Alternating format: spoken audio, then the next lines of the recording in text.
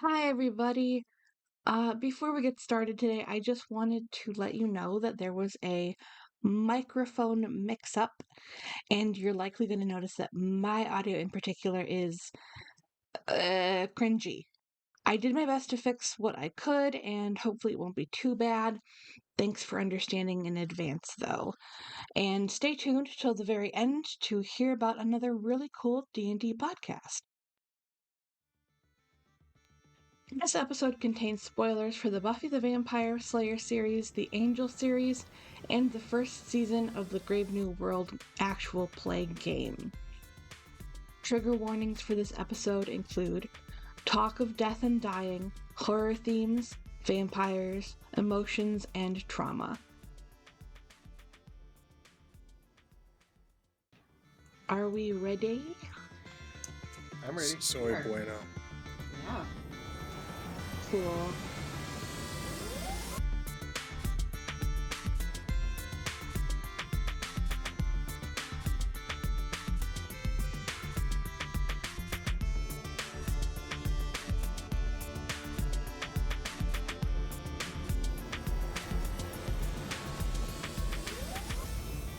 Hello and welcome to Professional Questers! I'm Chris, and I love tabletop role-playing games. Even more than that, though, I love hearing about the characters in those games. So I decided to interview people in the ttrpg world about their beloved PCs. That means player characters. Joining us today are the awesome players of Season 1 of the Grave New World campaign, a Buffy the Vampire Slayer TTRPG hosted on the Dirty20Gaming Twitch and YouTube channels. That is a mouthful. And GM'd by yours truly. So let's have them introduce themselves and who they play. I'm going to play the Eeny Miny Mo game like I usually do on our streams. Eeny Meeny Miny Mo Byzen. Hi, I am Byzen Stonefist. I am one of the more frequent contributors on the Dirty 20 channel. My character in Season 1 was Jack Aldridge, a mysterious, quote-unquote, addition halfway through the campaign. And let's see who's next. Let's make it Eddy. Hi, my name is Eddie Elfman. I'm an Edmonton-based voice actor. I am a off and on again contributor on the Dirty 20 Gaming channel, and I play Miss Cheryl Darr, the Sorceress Southern Belle. Awesome. Mana? Hi, I, like Eddie, am a on and off again contributor to the Dirty 20 Gaming channel. And in the first season of The Grave New World, I played Ash Lexington, our lovely hometown slayer of the campaign, which we'll get into a little later. I'm BatKyle. Hi, I'm not an BatKyle. I'm one of the more frequent menaces on the Dirty 20 Gaming channel. Usually in at least one game and usually in at least 4 chats trying to make people break. I play everybody's favorite half-demon stoner oracle, Jacob King, and we'll talk a little bit more about him later. Yes, we will. However, before we move into the questions, I would be remiss if I did not mention someone who couldn't make it tonight. The lovely Gloriosa, who played Estia in the first half of the Season 1 of the campaign, was not able to join us for this interview, but she played an integral part in the story and character dynamics of Grave New World, and I want to give her a shout out and a very big thank you. So everybody say thank you, Glory! Thank you, Thank you, Glory. Glory. We miss Thank you, Glory. Your sacrifice was wicked. Yep. Watch the show and you'll know what that means. Oh, are we not doing spoilers? I just don't know what's going to get brought up and what's not. I'm sure it'll get brought up. It was so integral to the show. Now, let's interrogate my players. Get the clamps! Get the... Okay, so we're going to start with the basics. Give me a physical description of your character. Starting with, I guess I'll start since I spoke up. Ye is a little over 6 feet tall, usually messy, dirty blonde hair, actually fairly well kept beard, mustache. Big hefty dude, not fat and also not like bodybuilder muscled, more like the sort of like the power lifter sort of build. If you can imagine that, he's always a little tan and slightly ruddy. Really striking crystal green eyes, a nose that's obviously been broken at least once and just didn't quite set very well, which, given his constitution, says something. He's usually dressed in comfortable, baggy clothes, at least in part to hide some of his stash. And that's yay. Let's go in a circle from my screen, which is going to make it Mana. All right. Well, that's fun because I was about to volunteer. One of Ye's good friends and Ash's best friend is Ash. So Ash is a much more petite than Ye is. They stand at a whopping 5'4". They are that kind of like gymnast-esque build. Pale skin, but does tend to tan in the summertime. And their hair is whatever color they're feeling that month. Currently, it has grown out and faded into its more natural blonde. But when the campaign started, it was a pretty bright teal. They also tend to have blue eyes. Hazel in some lights, but a little bit blue. And yeah, they are every inch of sass that their body can carry. And confirm. Eddy, how about you? Miss Cheryl Darr is I believe, second or third year college student that is a business major. She is around 5'11", olive tan skin with dark green eyes and a full long red head of hair, a very serious demeanor, and definitely acts and looks like a mean girl, especially in the beginning episodes of season 1. And works out a little bit, but not like enough that it would show up on her character sheet. Yeah, so tone and fit, but not necessarily as strong as anybody else in the party. And last but not least, Byzen. Jack could probably get lost in a crowd. He's very average. He's 5'9". He's in pretty good shape. Wears jeans and white t-shirts. His general appearance is generally well kept, depending or not if he's had a bad night. He had sort of mousy brown hair, blue eyes, clean shaven.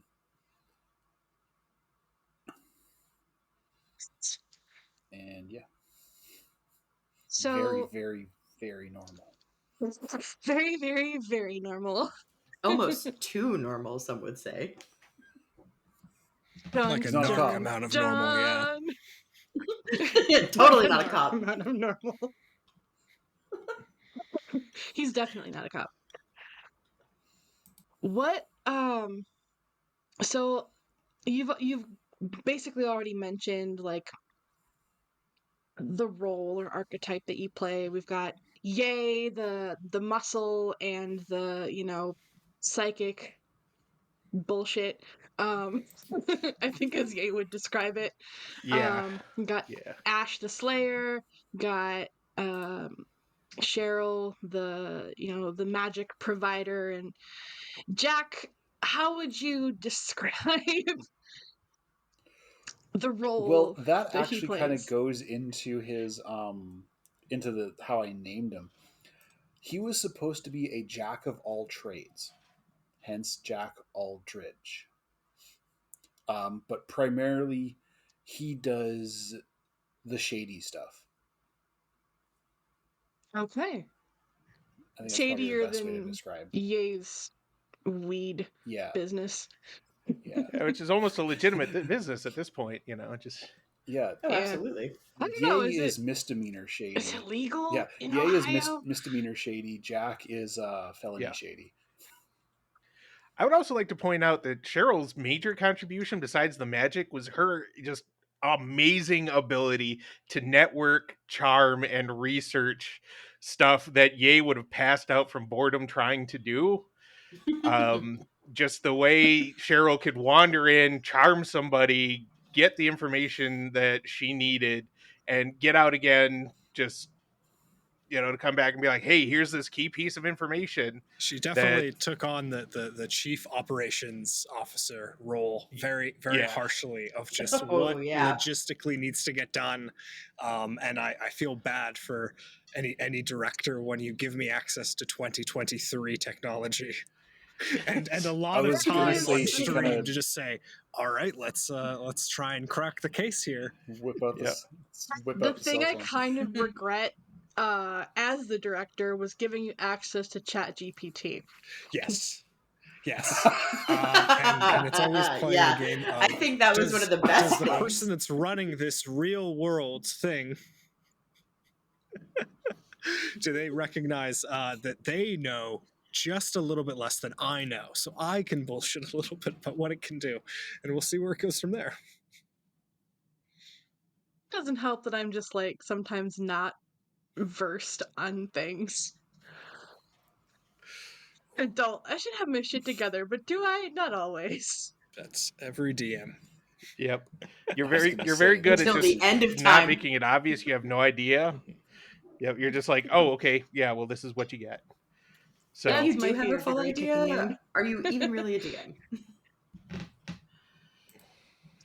I go in with like a fair amount of notes, and then I come out of an episode going, half of that wasn't in my notes. Yep. There are episodes where like 80% of the episode was not part of my notes, and I'll never tell you which episodes it is. In my Cyberpunk game, which I run on Tuesday nights on Dirty20Gaming, #shoutout. By the way, he just did finger guns. There's an entire character arc that I did not even remotely plan. It's the character arc with Kraken and the drugs, all because the character rifled through some pockets and just took some random pill. It's become its whole entire thing, and it's one of my favorite parts of the campaign. But you gotta have a druggy character, right? So just leans into it so well. The last part of the sort of basics that we're covering, I like to go over sort of personality aspects, like things that you think sort of make your character who they are, motivations and goals, fears, quirks and mannerisms, strengths and flaws, stuff like that. What about your characters do you think, what's the word I'm looking for, makes them who they are? Well, for Ye, his major motivations are to protect people who can't fight back the way that he can. He knows that he has a lot of advantages being what he is, and he feels a responsibility to use that to try and help those weaker than he is, or people who don't know anything at all about the supernatural.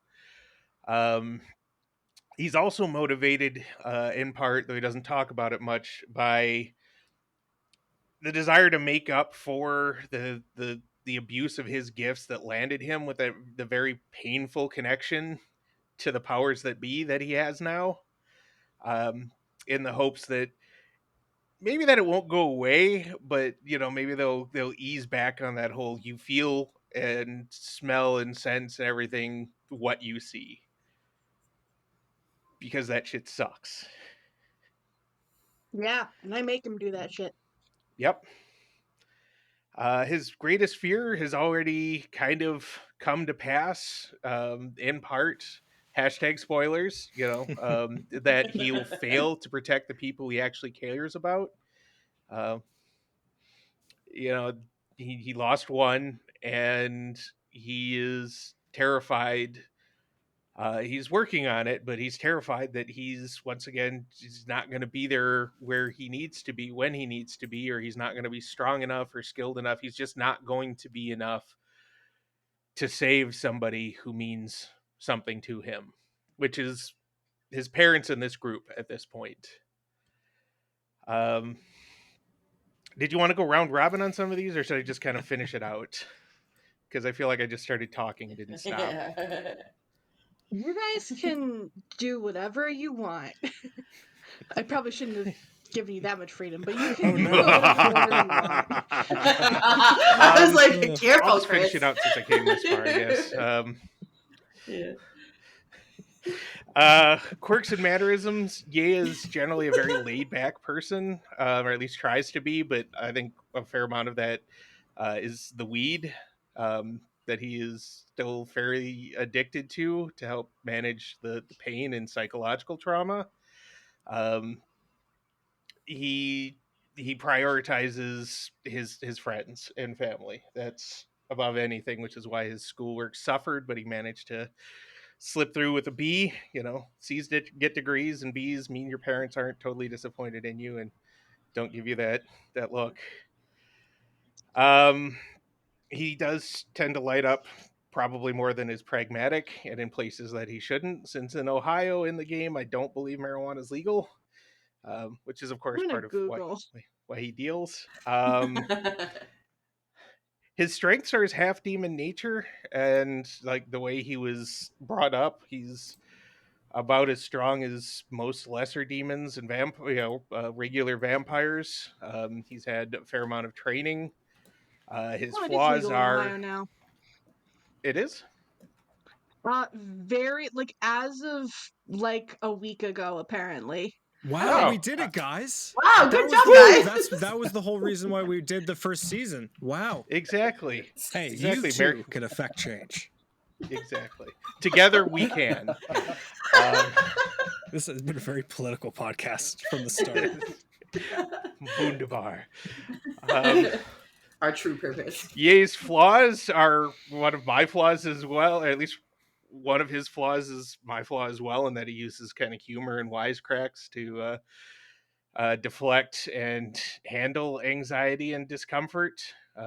Also his dependence on marijuana and booze and such to treat everything, really, because there's not really anyone he feels like professionally that he can go to for therapy.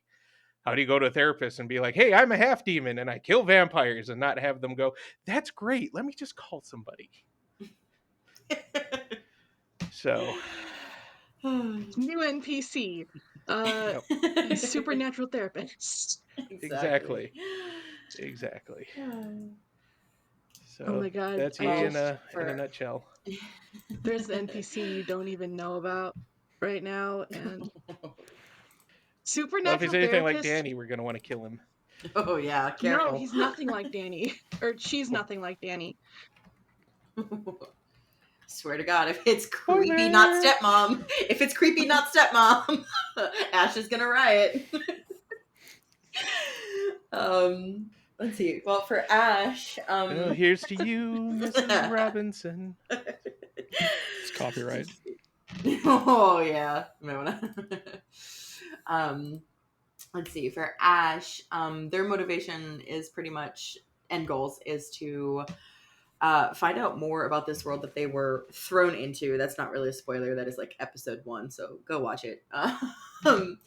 But their motivation goals are to just learn more about this world they're thrown into and actually embrace this change that they can't change. They have realized that this is who they are now. So they're here. They might as well embrace it and get to be a better Slayer and, care a little bit more about what's going on. Because at first I think they kind of dismissed it and was like, okay, I'll do this one thing and be done. And realized that is so not true.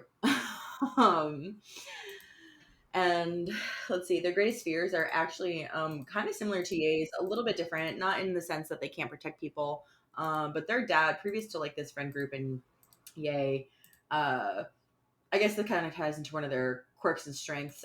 They are the party person. They know everybody who has to know everybody who has to know everybody. They can walk across campus and say, oh, that's so-and-so, that's so-and-so. But they never really had a very close-knit group before. And so outside of Ye and their dad, they didn't really have anybody.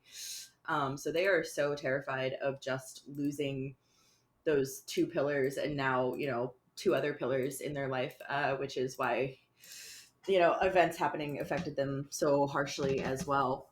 Is just losing people that they finally feel connected to, mostly their dad. Their dad is like their rock. And so if anything were to happen to him like that, like catastrophic grief would be there. And then let's see. Well, their quirks and mannerisms, like I said, they are the party person.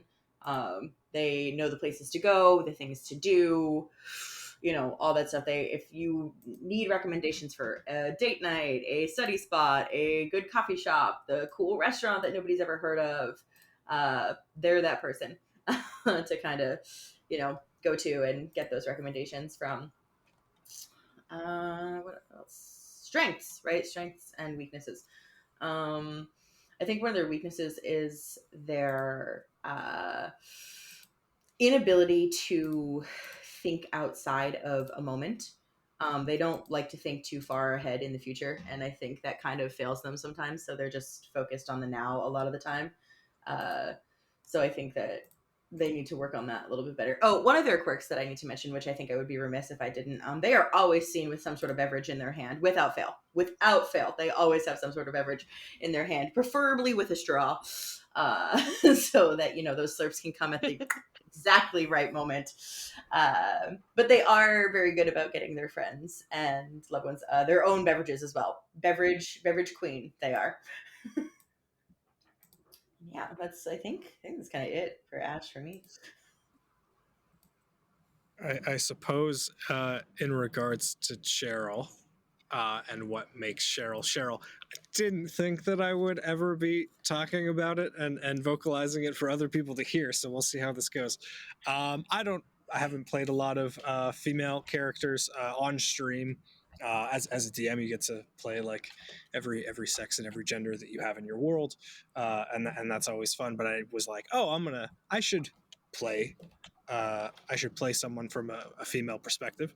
So obviously it needs to be a heavy analysis of what I perceive are female struggles coming from a young guy. So I wanted to have a woman who showed part of that duality of having to be everything at the same time and be uber successful and have everything together and have everything be popular, be attractive, be well educated, be confident, be this like perfect person, because that the description of what a perfect person is heavily described in like this male coded existence. So I believe like the character motivation in one line was, what if in order to destroy this entire horribly complicated nonsensical system, if a woman became so goddamn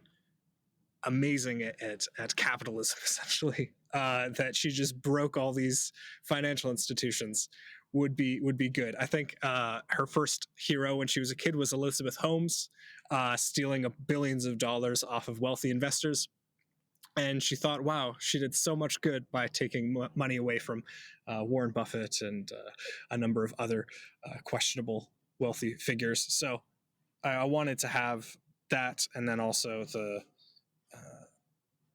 part of her that was a little bit more genuine, that in order to be this well organized and efficient, you're often going to be a bit of a nerd, and you're going to actually not necessarily like be as engaged with all these other social situations, and start to realize that like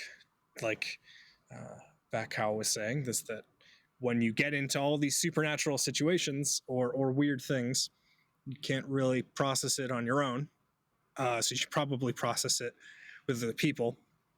And she saw an objective or something, and she thought, well, I can't really like leave this whole situation in other people's hands. I should be in control of this situation as well, because I can do things well and I can do things properly, and probably leaned into having a lot of control and disregarding any possibility of leading towards chaos. That if you're able to be in the room and make decisions, that you can ensure that like Ohio is saved or Cleveland is saved, I suppose, or the Hellmouth doesn't get opened.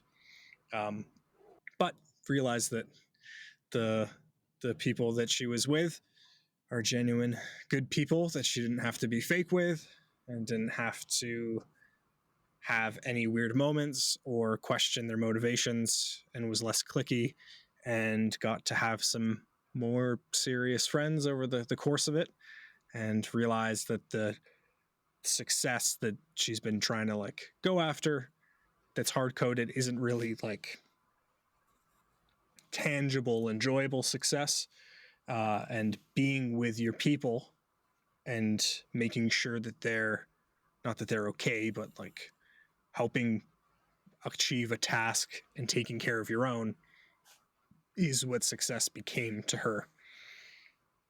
And then, yeah, ensuring that she's in control of almost every situation became a quirk, and also her strength, and also her weakness, because her assuming that she was up to any task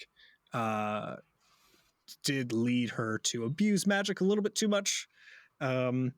Never really 100% bitter in the ass, but it was always there. And as a player character, I knew that was always a possibility that I would go sicko mode and murder one of the other players, or at least try to. Yeah. Full on Willow. Yes. Oh, and other inspiration was to have a combination of Cordelia and Willow, and to just pretend to be a woman and just shit on men for 2 hours. That was very fun. Just to give horrible, like being in a situation where you're getting accosted at a party. I get to roleplay that now, and I get to give someone a piece of my mind, which was quite cathartic.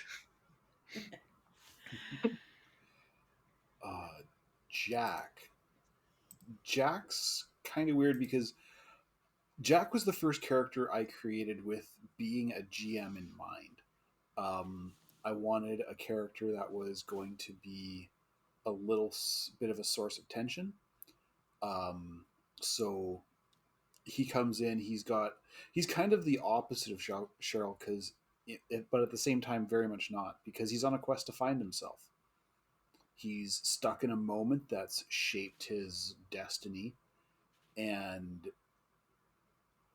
he's caught between trying to be good enough for that while also maintaining his cover because he's secretly a government agent.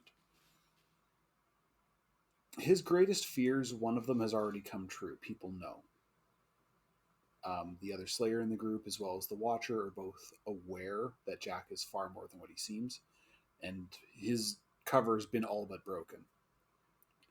His other fear is that whatever happened to him and what, put him on this sort of initiative path, that when it comes back for him, that he's not going to be ready.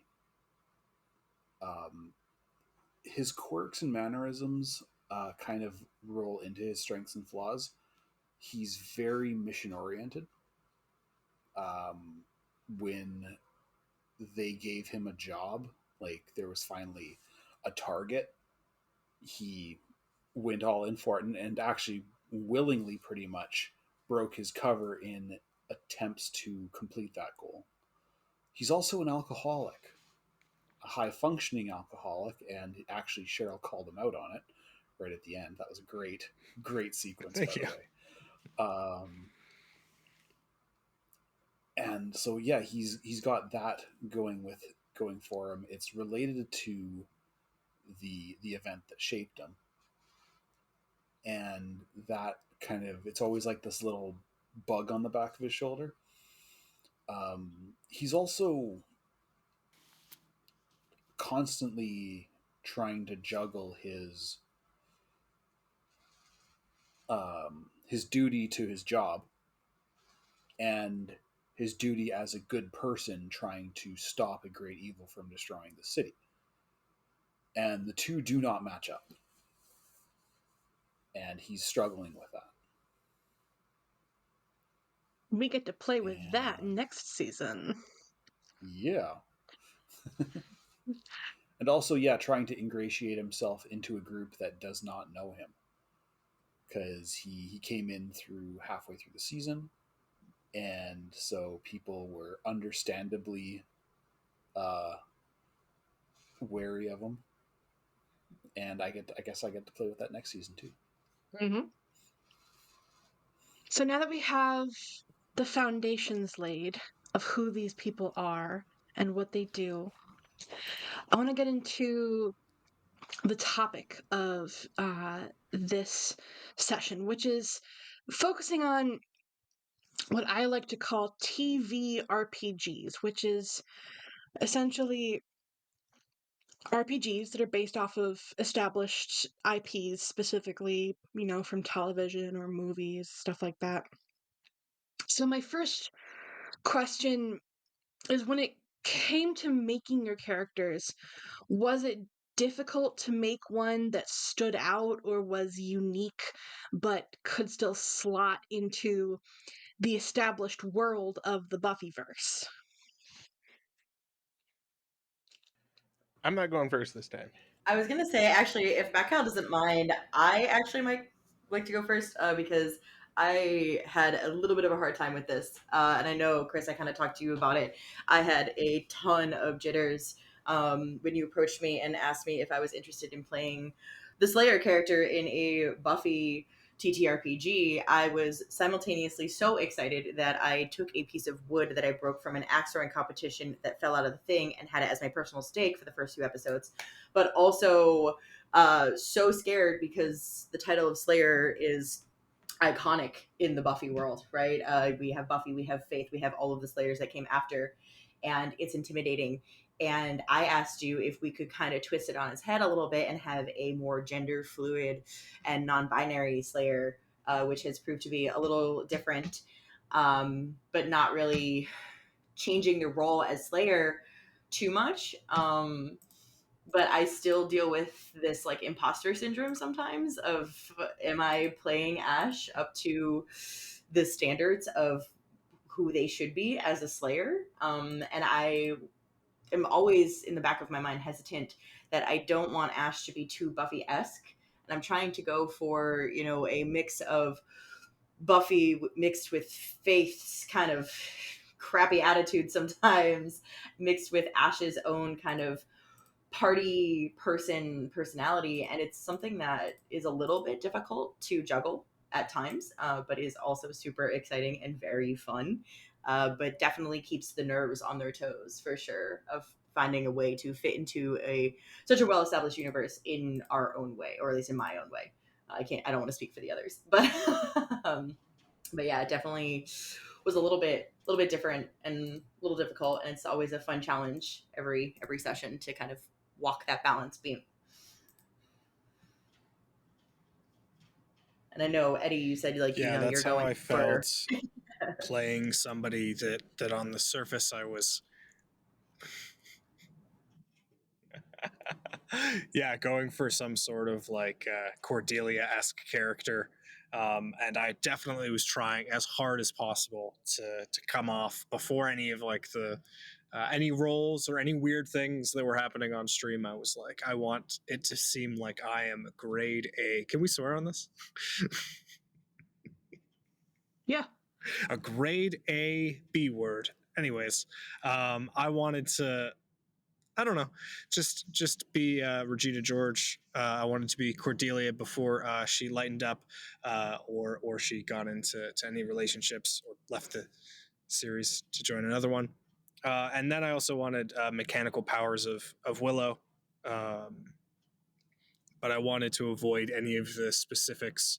Those characters often had like lots of like romance driven plot or at least like subplots, and looking back at Buffy now, like I think when I agreed to do the show, I was like, oh yeah, Buffy, and I had all these things in my mind, and I took all the surface layer things, definitely made the character. But when it came to specifics, I was like, should have a female character that is motivated by let's do like career in not a crazy way, but like career and friends and a regular amount of regular life, regular university student that's just a well-achieving university student, as opposed to needing to date somebody or get involved. We had a Cheryl one shot, two shot that was very difficult to avoid any romantic interest. But still, I wanted that to be like the third or fourth thing that you would ever think about in regards to Cheryl's story. Yeah, I threw Cam at you with Mana's permission, just to see what would happen, and I like the way Cheryl handled it. Mm-hmm. I specifically went in with MC Wicca Wicca going, you know what? He's not going to be interested in Cheryl at all. We're not going to make this another, three-way love triangle or anything, nor am I going to take him in like creepy stalker angles. Yes. Yeah, MC Wicca Wicca is very self-absorbed, very driven about his brand, and he does not have time for anybody who might overshadow that brand. Mm-hmm.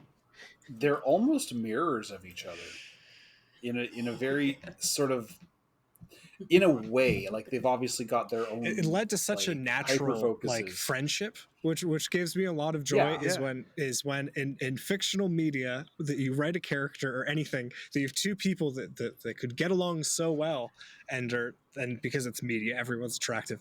Be like, oh wow, you and you, we have our differences, but we have the same values, and they go, we're gonna be best friends now. Is a great that's because that's what happens in real life when you meet somebody that you're like, oh sick, you like the same things that I like. Let's like catch up later and like message each other little like, I don't know, affirmations and weird shit. It doesn't have to be there doesn't have to be a romantic aspect to those. It's one of my favorite things that happens. Yep. Was it difficult to make one that stood out? I was deliberately trying not to, in its own kind of sort of way. Another thing I did is I took a page out of my own personal playbook and made this guy a Christian, specifically a lapsed Christian, which mirrors my own personal experience. And to slot them into the world of Buffy, I'm a big Buffy fan. I became a big Buffy fan because of my wife, who is a bigger Buffy fan. And I kind of looked through the Scoobs, like the list of side characters from Buffy, and realized the only one that didn't really have a representative was Riley, and that's kind of where I went with that. Except I didn't want a Riley that was after after Ash for being for being a pretty woman. Yeah. I wanted Riley. a Riley that was after the Slayer because they are objective oriented. They wanted to be a part of the mission, not the polycule. Hashtag not the polycule. Hashtag not a polycule. Yeah. That was the first thing that popped in my head. Early 2000s TV show has to do with romances and subplots. It really does. I will say that sex having sells, Jack and not there's be interested, none of that in our game. Yeah. No. I will say that having Jack not be interested in Ash did make it a little bit easier for Ash to eventually accept him. And I was like so happy that you went that way with Jack, because as you said, like Riley was just there for Buffy's, assets. But, and it makes Jack a little bit more interesting of a character too, than just, the surface level motivations, for sure.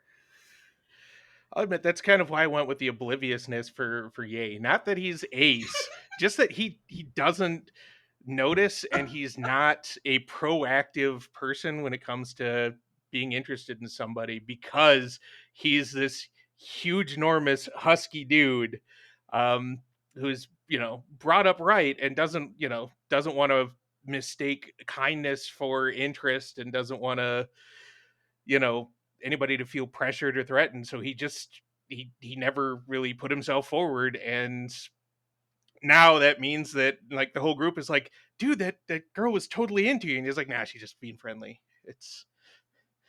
It's fine. I'm sure it's nothing. You're describing my life.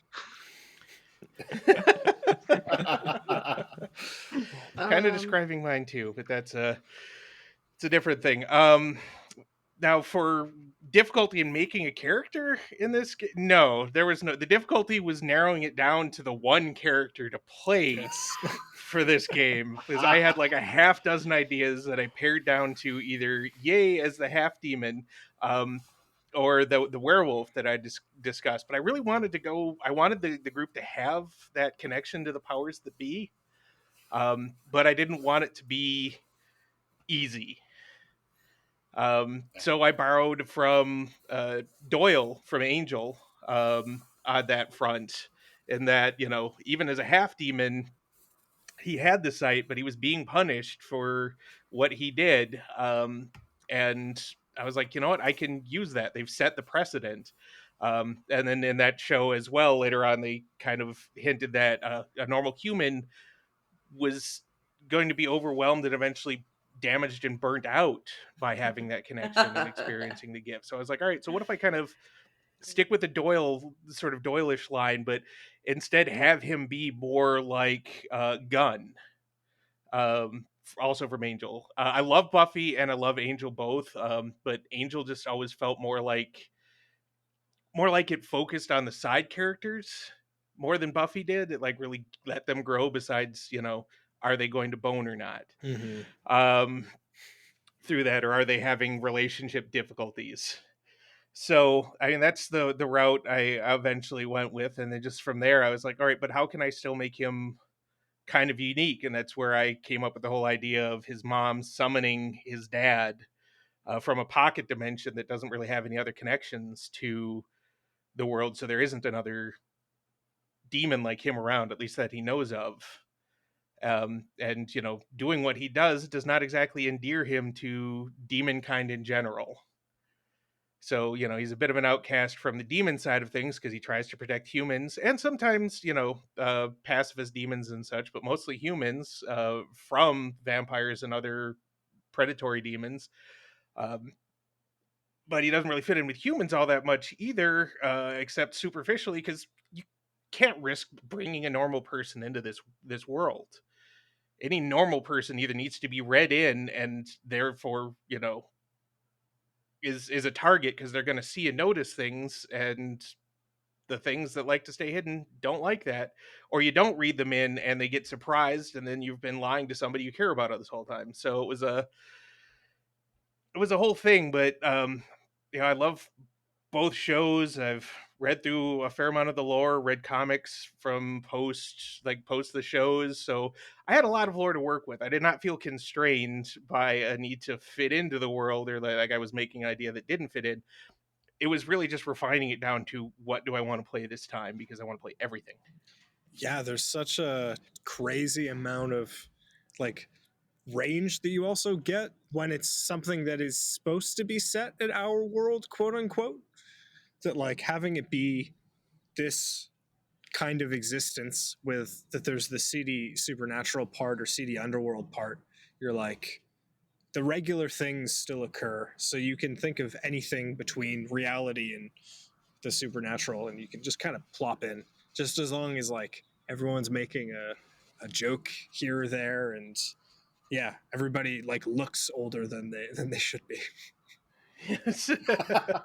Yeah, and that actually kind of segues into my next point, which is like, did you find it hard to work around any existing lore, or did it provide kind of a freedom of sorts, like plenty of options to springboard off of or fall back onto?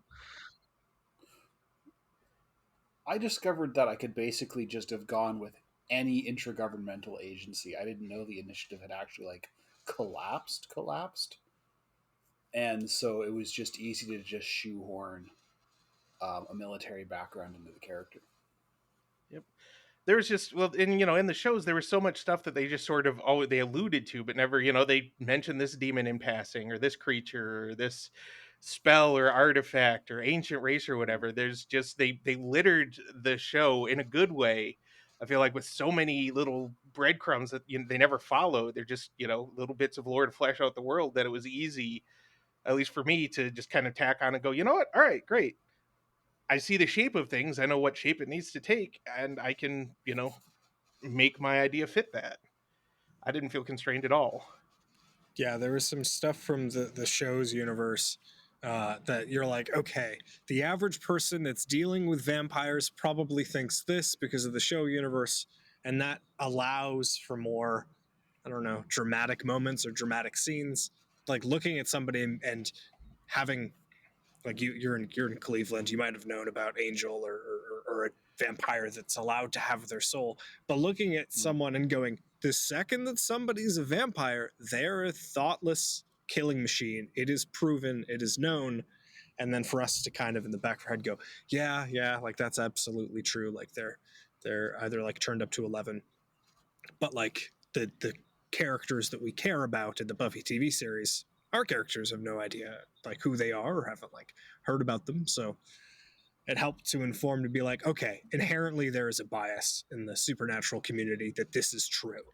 That it would be astounding if Spike or Angel or somebody else is acting contrary to just being a blood sucking monster. So that allowed some nice moments of being like, no, we have to kill them.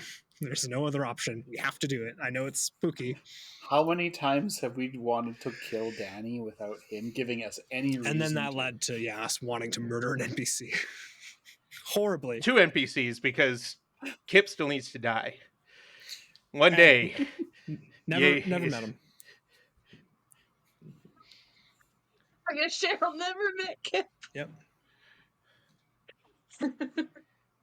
Yeah. So then my next question, it got kind of answered in this previous section, but it essentially, when you finally started playing your characters, how did it feel to be playing in a famously established world, like this world that you either like looked up to or liked a lot in, bygone eras? I say that as if we're all really, really old. We're not, but if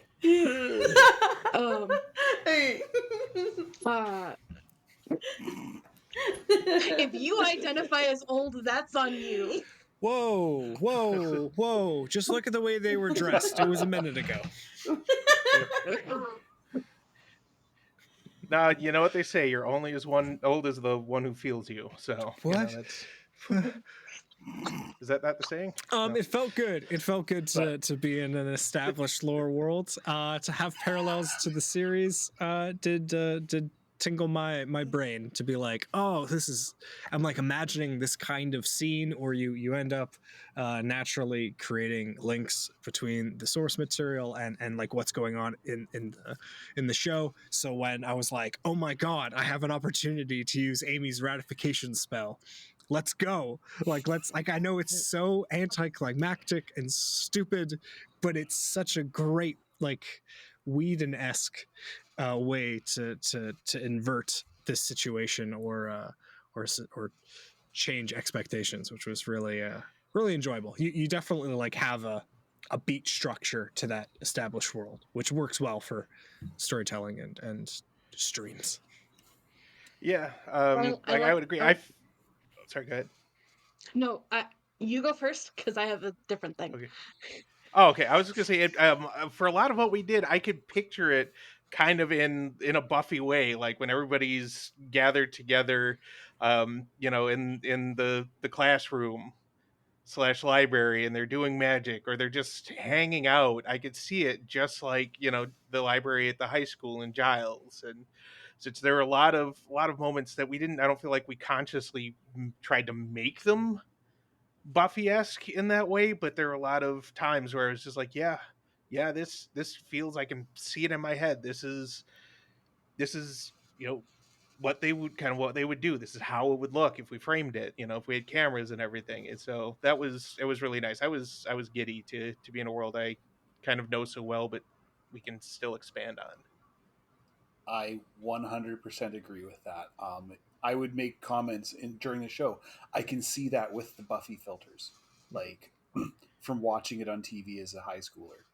Like it's like there were times Kevin, our wonderful head GM, refers to it as more Buffy than Buffy because it's all by fans. We're all fans, and we're all loving this. Yep. So Eddy actually said a particular phrase, oh, and it just flew out of my brain like it always does. It's something about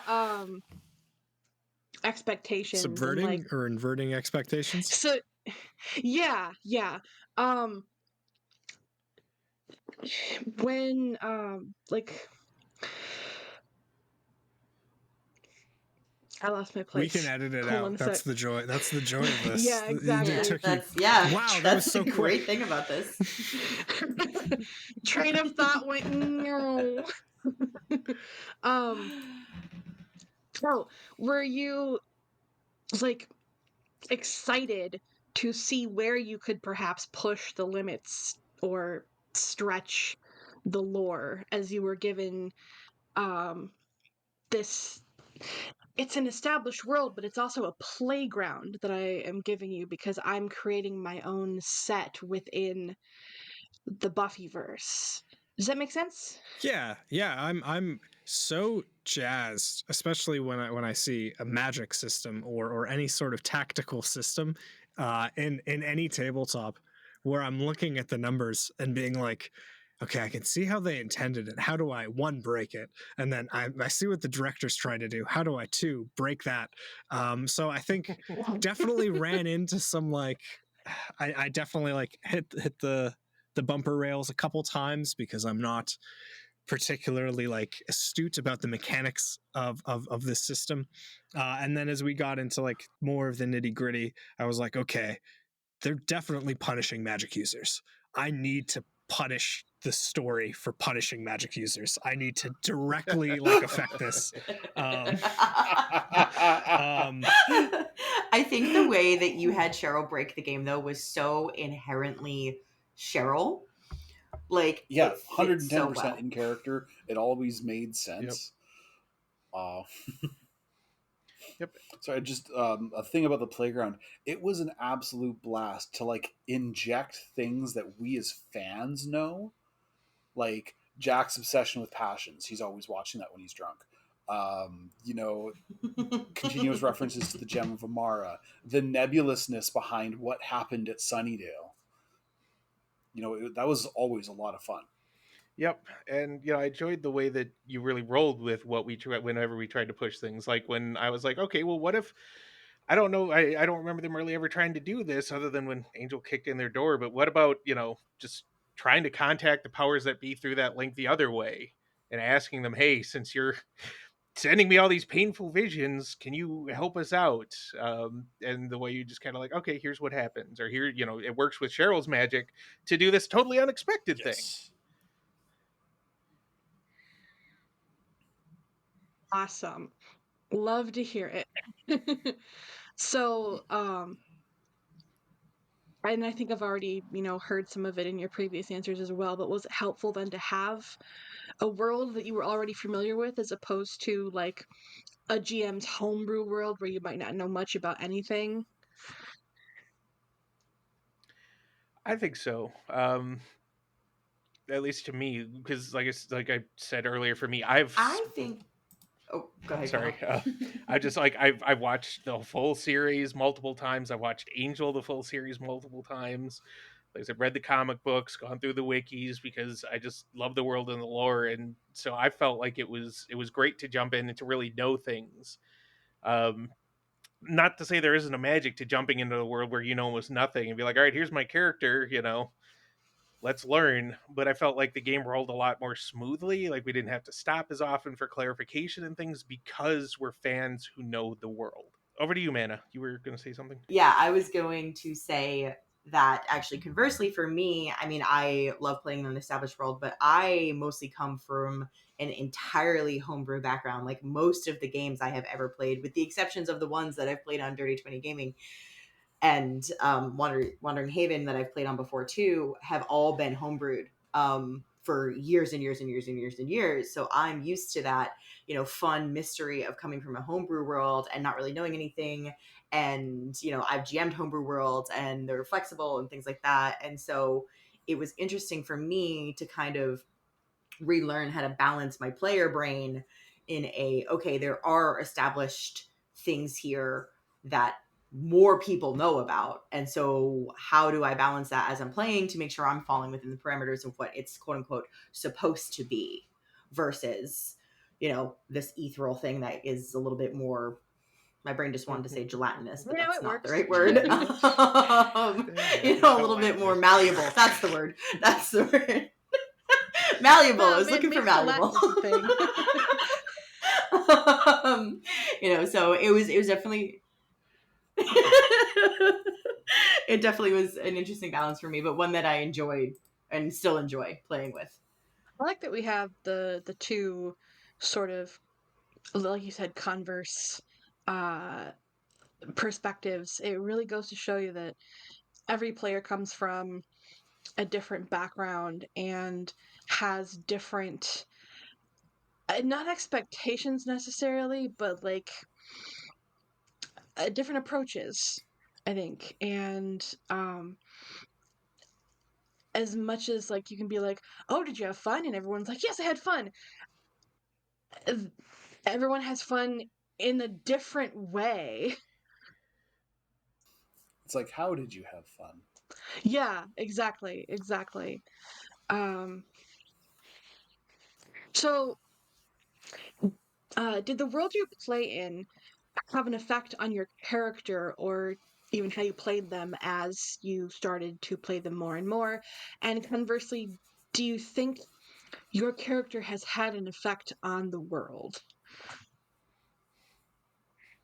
Jack did. Yeah, Jack definitely has had an effect on the world. Just No spoilers, Yeah. but spoilers. But if the world's had an effect on him,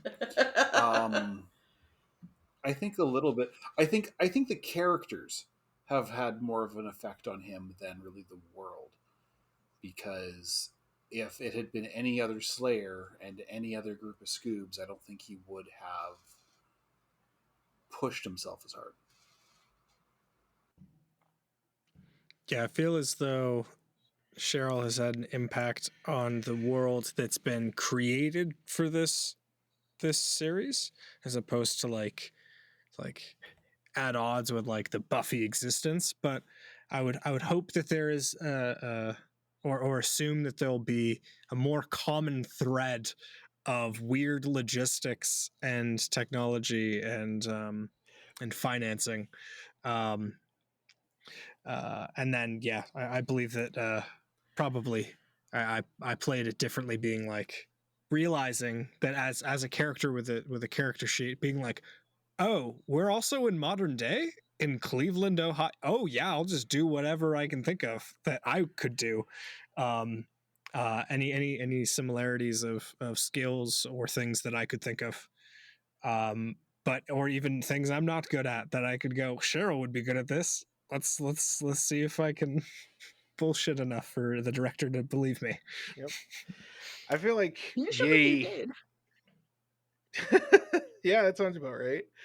And we cheered, you know, Cheryl on because it was always for our benefit. So, you know, yeah, I think he had an effect for the most part on a more local level than like on the world. You know, he doing what he did, he saved lives and he continues to save individual lives. I think before the group, he didn't do anything truly like, oh, if I don't stop this, the world is going to end or the city is going to sink. But, you know, he did his fair, at least his best, to stop little, you know, weirded cults and demon summonings and various other minor nefarious acts. But like a mega impact didn't happen until the finale. I think that's the first time he's really felt like he has done something truly good for the world. Even if it was brutal and there were unintended side effects that we're not going to spoiler, or we may end up spoiling. We'll see how that goes. Season 1 is done, so spoil away. Oh, okay. Jack used plastic explosives to blow open the Hellmouth while trying to stop one of the. No, I murdered a dude to open the Hellmouth. The plastic explosives was an attempt to seal it again. I mean, that's the way you want to spin it. That's yes. you know, It's fine. I mean, no, just kidding. it's the story you want to write. Exactly. You were the only one there, you know. You were the only one who was in the room when it happened, and but yeah, no, that was like I said, the first real time where he felt like, hey, the world is better, not just like this block or this, you know, part of the city is better, but the world as a whole is better because we murdered or he killed 2 eugenicist vampires who had made new gems of Amara. Like nothing good was going to come of that. I Oh, and think you know, Ash had to I go on a think date with a chaos demon, so that was also yeah, I was gonna say, I think Ash feels, a little bit similar of that. They hadn't felt like they had done anything super big until near the end, except for, managing to maybe get Kip to like them. And Kip definitely still used them, but being on the good side of a chaos demon isn't always a bad thing until you're ready to kill him. So they're working towards that goal too. still, But I think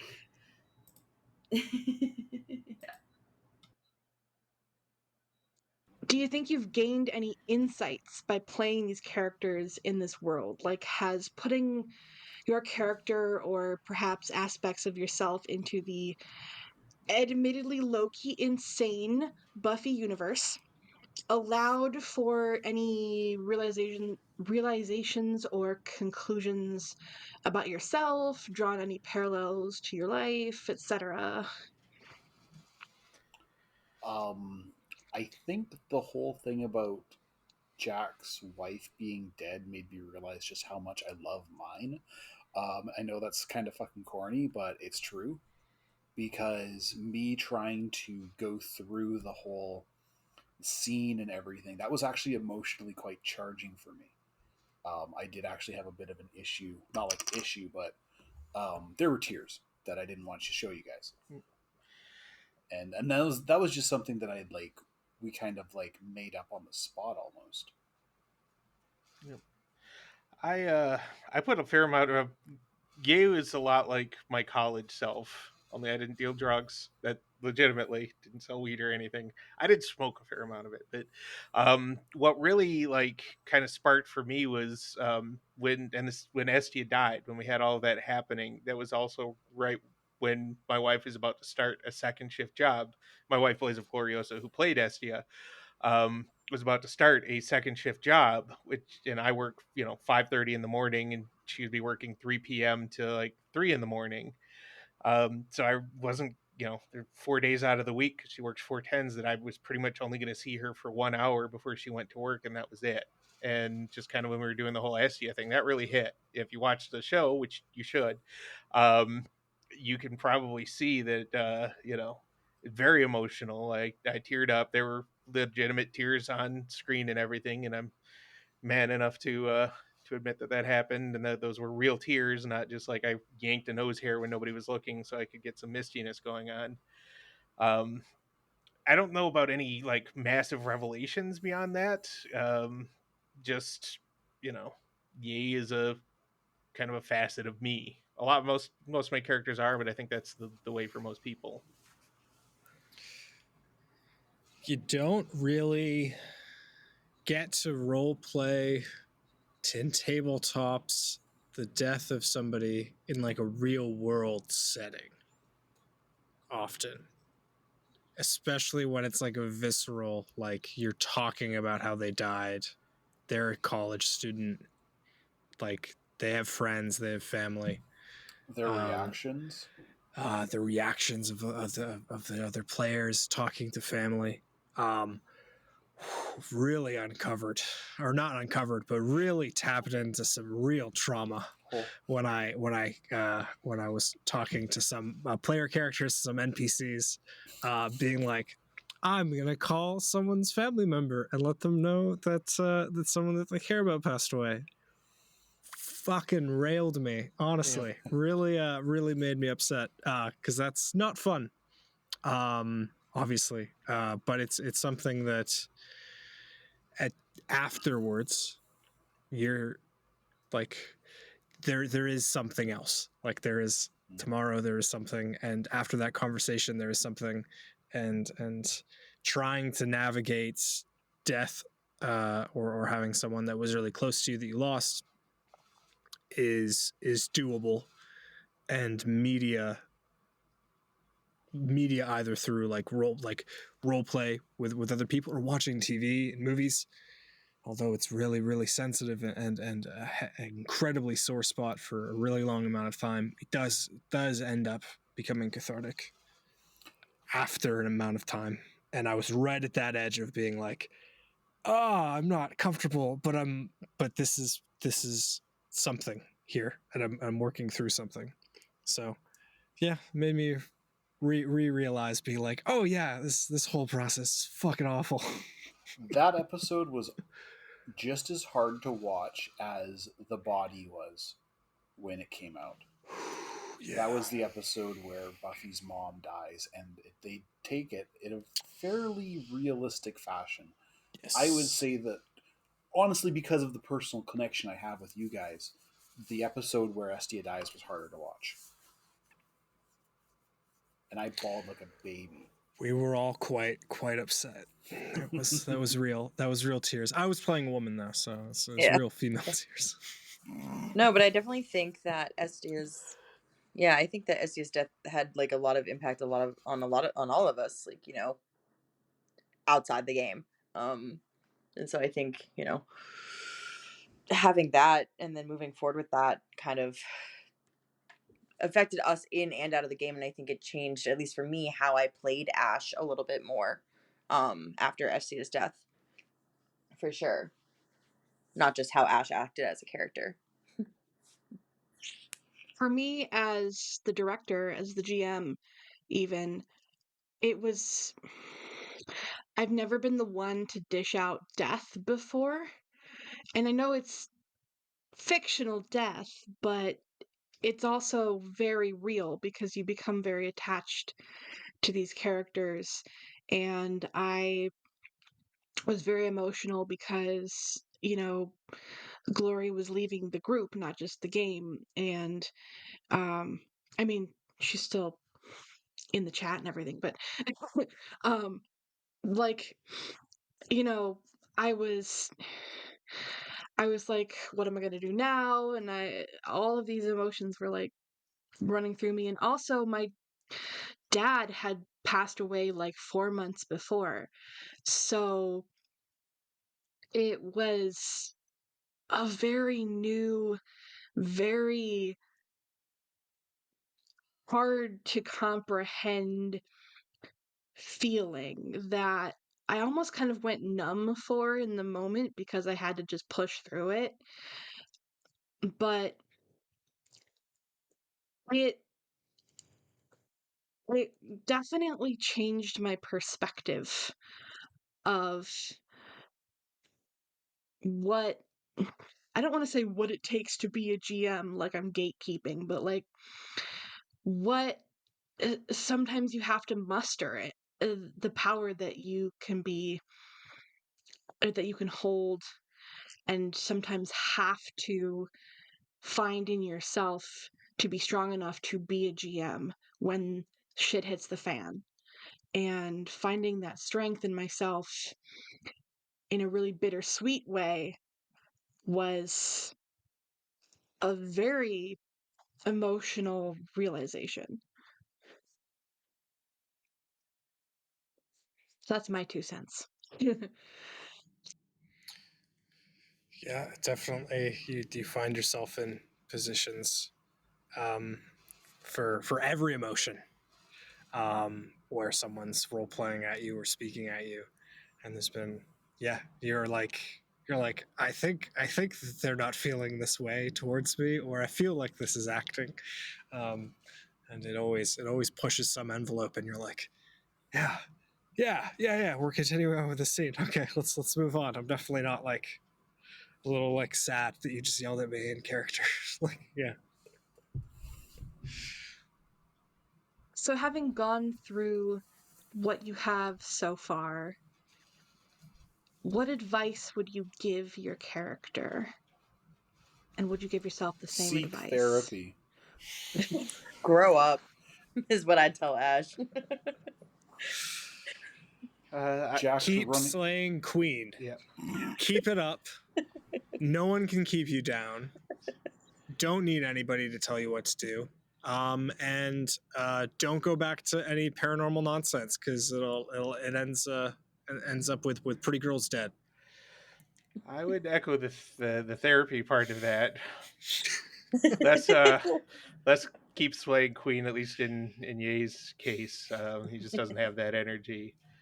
But also mostly like to realize that you know, unlike Cheryl, you can't control everything. You know, a lot of the things that he's still kind of blaming himself for and bearing the weight of, there was really nothing he could do. I mean, we tried to stop it, but Chris wasn't letting us. I gave you the options to let her die or keep her alive, and you guys let her die. I know we did what made sense at the time for our characters. I'm talking about when we That- tried to stop her from getting taken in the first place. Yes. Yes. And Yes. Deus Ex Something's kidnappers up just- there. Had to happen, okay? Something's had to happen, eh? Okay. Okay, All right. Sounds like okay. it wasn't a choice then. I remember this. It was fated. But It's the yeah, illusion you know, of choice. the illusion of choice. I mean, it was like she dies or she becomes an NPC. By dying. By dying. By dying, yeah. Dying, yes, technically. See, but part of the problem for Ye is that he, given the fact that the powers that be send him visions of potential futures, he kind of feels like some things, you know, some things are meant to happen, and obviously some things that can be seen in the future can be stopped. And so he's still questioning why he wasn't allowed to stop that one. Why, out of everything he was shown, he wasn't shown one of the people he cared about most in this world being taken and turned.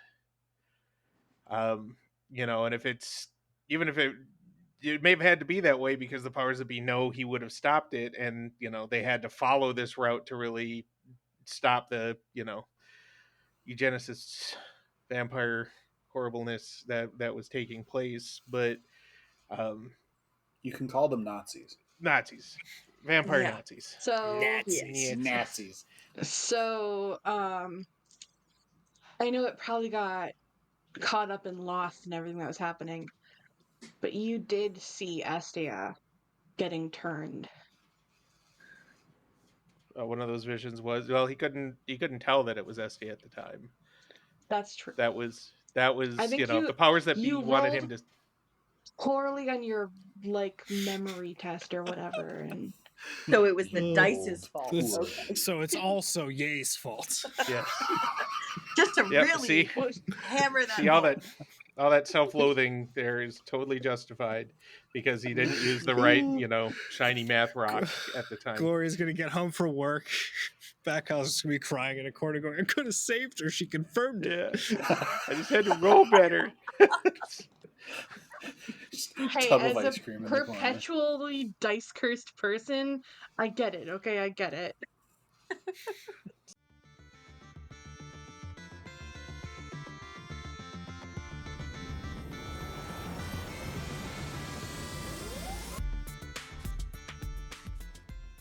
So now that we've talked to the players, once again we move over to our second set of special guests. Ash, played by ManaQueen, Ye, played by BatKyle, Cheryl, played by Eddy, and Jack, played by Byzen. Hi there, everyone. Hi. Hey. Hi. Good evening. One hit. I'll take one I of them. can't accept that blunt from you across Zoom. Yay. You mean you don't have your own? No, I live in. No, I don't. Oh, just I wouldn't buy marijuana off anybody but you. I How appreciate about that. that? I'll come visit sometime. I'll bring a van. Of course. So you guys, in the thick of it already, how did you get mixed up in all of this? I say as I make a circling gesture with my hand. Well, I don't think anybody wants to hear for the 100th time that I didn't ask for this. None of us, I think, asked for this. Yay to me. Uh, I've been in it since my teens, um, mostly because, as I might have alluded to previously, I had what some would call the sight, in addition to my otherworldly partial nature, and being an angsty teenager, I abused the crap out of it. Tried to charge people money for my visions. I tried to see visions of riches and things I could take. Easy. Try to make my gift give me the easiest route through life that I could. And the powers that be said, no. If that's the way you're going to play it, here's what you get to do instead. And that's when I started having the visions of people being killed by horrible demons and vampires and curses and cursed artifacts. And I got to experience their pain and fear and death. And, I tried to balance having a normal life with trying to save lives. And eventually that led to meeting everybody else. Yeah, it's really not that easy.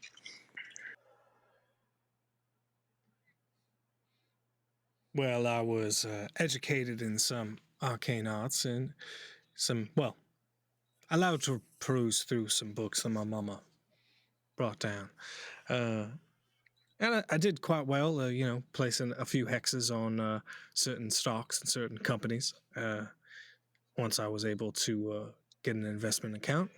And then got enough money that I could pay for tuition and make my way up to sunny Cleveland, Ohio, which happened to have quite a good business program, financing program, as well as the ability to commute out to New York every once in a while. And then I was just minding my business, looking fabulous at a Rager, as it's known in Cleveland, and some, I could say, an attractive person who did not know their own strength at the time, messed up my outfit, and I had to swap with one of my lackeys. And conveniently, there was a predator waiting in the wings to try and steal me away from the party. I'm from Portland originally. I joined the army after after Iraq started, and got married after I finished basic, joined the Rangers, did 2 tours out there, one in Iraq and then one again in Afghanistan. Just before I came back, I shot somebody who had a passenger, as they call them. And that passenger latched onto my wife. There was a accident and a fire. And then Colonel Riley Finn taps me on the shoulder, says he has a job for me. 3 years later, chasing ghosts, bunyips, a loup-garou through northern Quebec. That sucked. Finally Canada's terrible. So cold. I finally get a job to go to Cleveland, of all places. Apparently a young girl was murdered and it made the news. I was given a cover identity and sent on my way.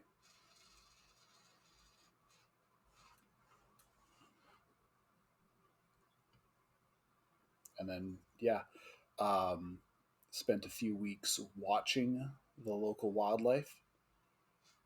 Ran into the Slayer and her attractive southern friend getting ambushed by vampires, saw an excuse, and ingratiated myself into the group.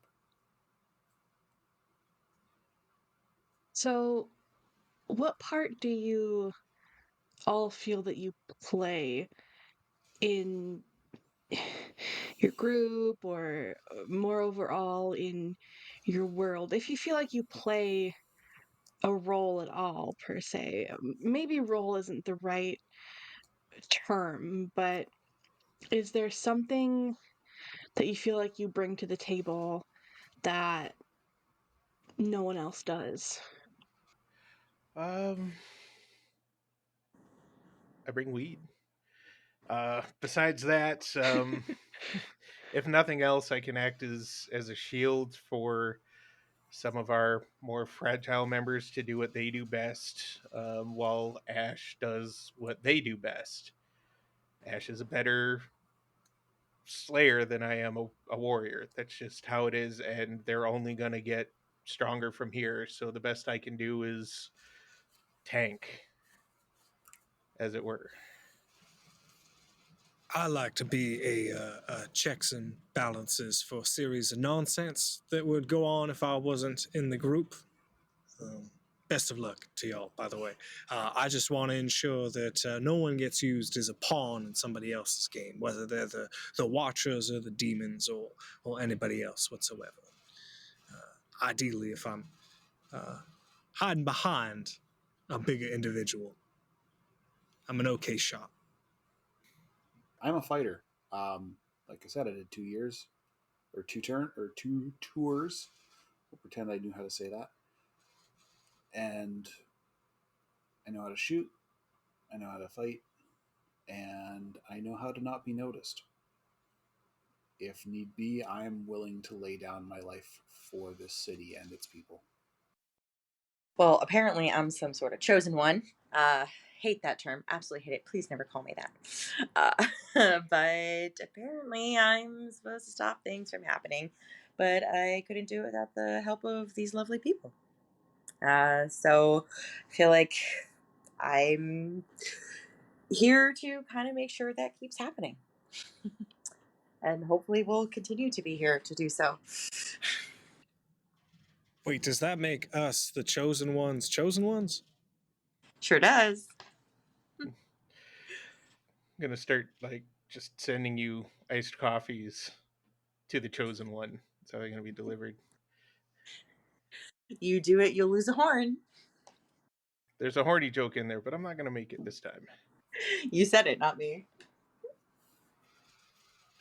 How do you feel about what's happened so far? Pretty bad. Tired, a good answer. Mentally, physically, and spiritually exhausted. Because I want that knife back. No. You want that knife back? I stole it in the first place. Neither Yeah, of but you I'm can the one have who knows that how to knife. use it. He's like scratching his arms. I want that knife back. Give it to me. y'all got any of them mystic knives? Hey, little kid, you want a knife? I'm proud of what we have accomplished, given what we were given, which is next to nothing and not even an English watcher. We have watchers at home. American tweed is not the same.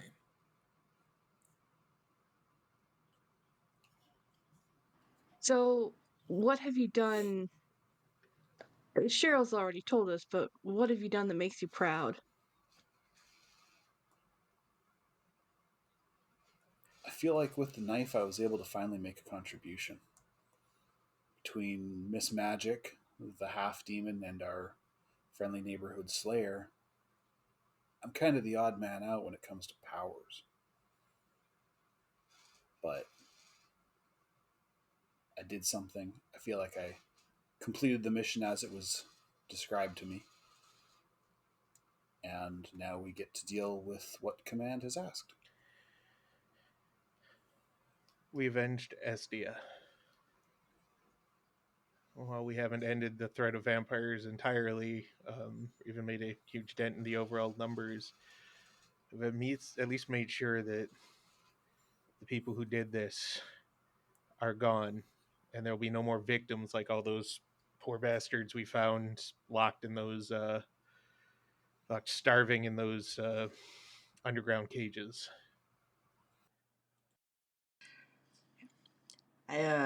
We managed to save the world this time and still somehow passed the school year. So, didn't fail out. That was nice. Thought was going to for a second.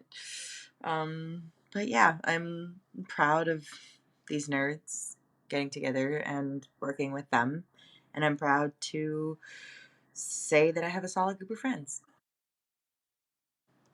So how are you feeling for the future?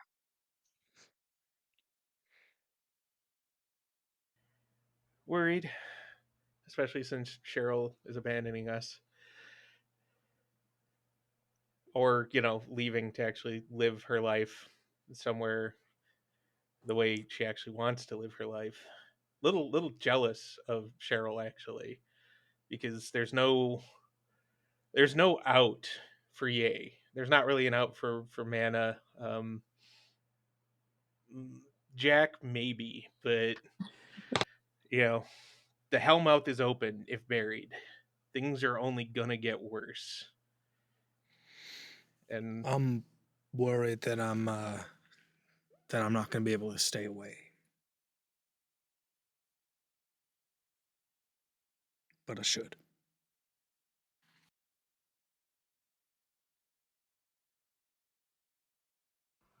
I think I'm almost also a little worried about having to try and keep this up. I'm also a little worried for what happens when we all start to get really, really tired. Because, like Ye said, things are going to keep coming. And there is no future without this. So, scared. Scared because it's endless. So, given your circumstances, how do you make the best of yourselves and your lives? Try to keep these kids alive as long as possible. Back at you, old man. He's only like 30.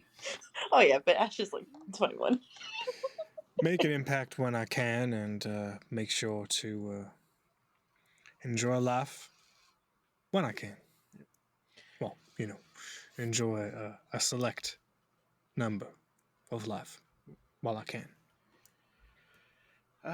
try and spend time with grounding elements, family, his friends when they're not actually, outside of Slayer, world saving responsibilities. Weed, not gonna lie, that plays a large part, probably too large a part in his mental well-being at this point.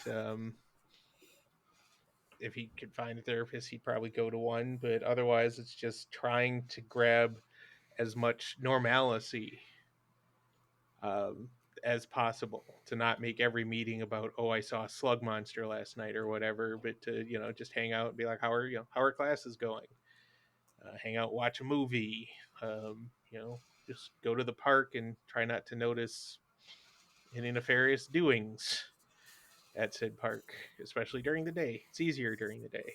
Don't go to the parks at night, kids. Or the graveyards. Don't do that. Yeah, definitely don't go to the graveyards. Trying to grab whatever joy and whatever grounding can be found, because it's not a given. Life for us is, at this point, long lives is not a given. Tomorrow is not a given. And who knows? Maybe somebody will eventually actually ask you out on a date instead of just kind of vaguely hinting in ways that he doesn't pick up on.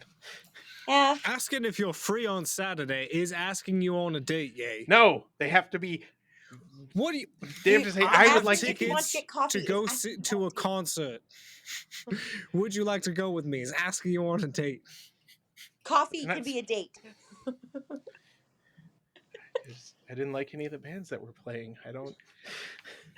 Doesn't matter. Oh, we'll get there. We'll get there. Don't worry. She said that she didn't care what they played either. She just wanted to hang out. They need to just. Is it too much to ask for people to just say specifically, "I am looking to potentially start a relationship with you"? Is it that awkward? Yes. Those ones were coming on too strong. Yeah, of course. They didn't say it like that. They said, "I want to ride you like a small Okay, carousel." all right. That's What's the next question, interviewer? We need to get off this topic. I think I know probably all of your answers to this next question, but I think it still has to be asked. If you could change anything at all and have it stick, what would it be?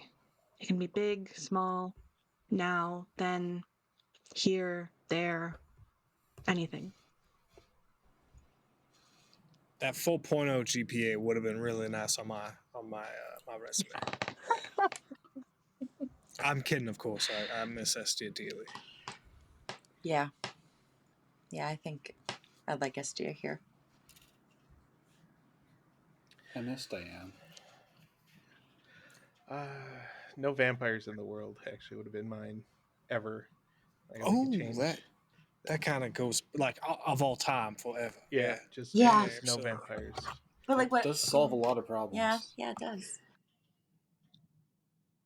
No death, No doubt. maybe. Yeah. Well, then we all get old and crusty. So maybe just no vampires. Well, you know, if you follow the regimen that I've been sending you, it's just gonna make sure that everything stays There are up so for at many least an lotions, additional 15 Cheryl. years. It takes like 25 minutes in the morning. I color Do you coded know them, what's and in I half of wrote you a these? little song. It's fine. It's easy. Fine.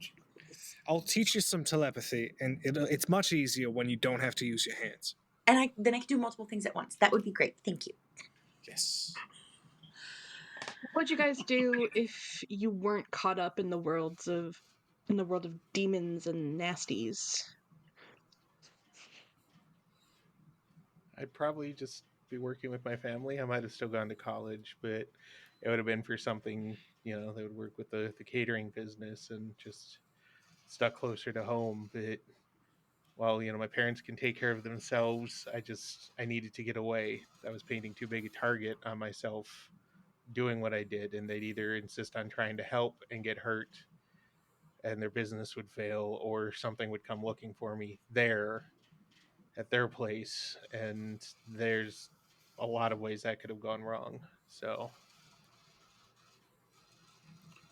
White picket fence, 2.5 kids, and a dog. what would you do with the other half a kid? I'm not really sure yet. It's a really good circus amusement. No offense, Jack, but like that could bring in some money. I probably would just finish school, avoid questions like these. What do you want to be in 5 years? I don't know. Probably, help my dad in the shop and take over when it was time and be really into cars because damn, cars are cool. But yeah. I would do the least amount of work for the most amount of money, so I'd likely be a financial advisor, which I do in my spare time. And then I would likely skirt around breaking any financial laws and make sure that I don't get prosecuted. The American dream. Maybe go golfing every now and then. Oh, yeah. Easy. Okay. These ones are more lighthearted, I promise. Favorite color, go. Teal. Hunter green. Like a purple, like a magenta, like Daphne's outfit in Scooby-Doo purple. Nice. Favorite animal? German Shepherd. Pandas. Arctic fox. Ooh, what was that? Pandas. Ooh. I want to nice. hug pandas. Arctic fox, for sure. It's the only animal almost as lazy as you. Oh, let's say chinchilla. Oh, they're little dust baths. Oh, they're so cute. Mm-hmm. They're cute. Okay. What's a power you wish you had? To sleep through the night.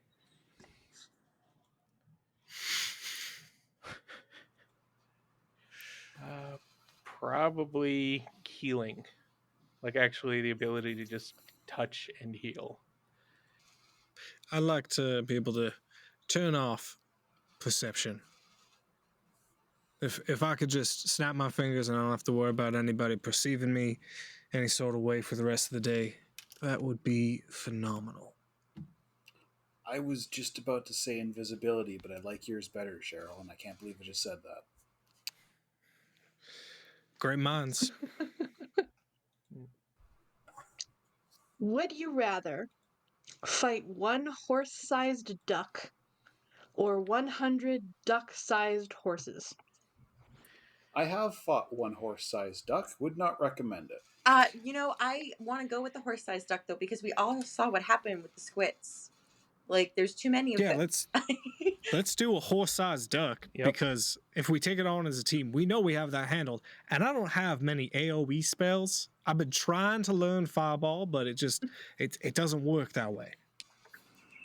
Yeah, and the duck's just got the bill. It can do some crushing damage, but horses have teeth and hooves. And 100 of them, even if they're tiny, they can run faster than me. I think eventually they'd wear me down. But one horse-sized duck, I could take a horse-sized duck. And you could eat the duck afterwards. Yeah. I was thinking You riding don't like really a want to steed, eat the but- horses afterwards. Sous vide duck breast for months. Yeah. Duck confit French fries? Come on, yeah. Ooh. Okay. And finally, what advice would you give your player? Cardio. Learn to forgive yourself and let go and realize when things are beyond your control. I was just about to say that you can't control everything. You're happy now. Your partner's happy now. Your daughter is happy now. Don't fuck it up. Keep that going. You can't see it, but I'm nodding. Proudly. Thank you so much to our guests from Grave New World, and thanks so much for listening, everyone. If you want to support professional questers, you can donate through Ko-Fi at ko-fi.com/profeshquesters. That's PROFESH questers. Or you can subscribe to a monthly tier there or on Patreon to get lots of good bonus content and rewards. Links will be in the description. You can also follow us on Instagram at Professional Questers, Twitter at ProfeshQuesters again, and join our Discord at the link in the description. Have a wonderful day, everyone, and I hope your adventures are always good ones. Say bye, everybody! Bye, everybody. Bye. Bye, everybody.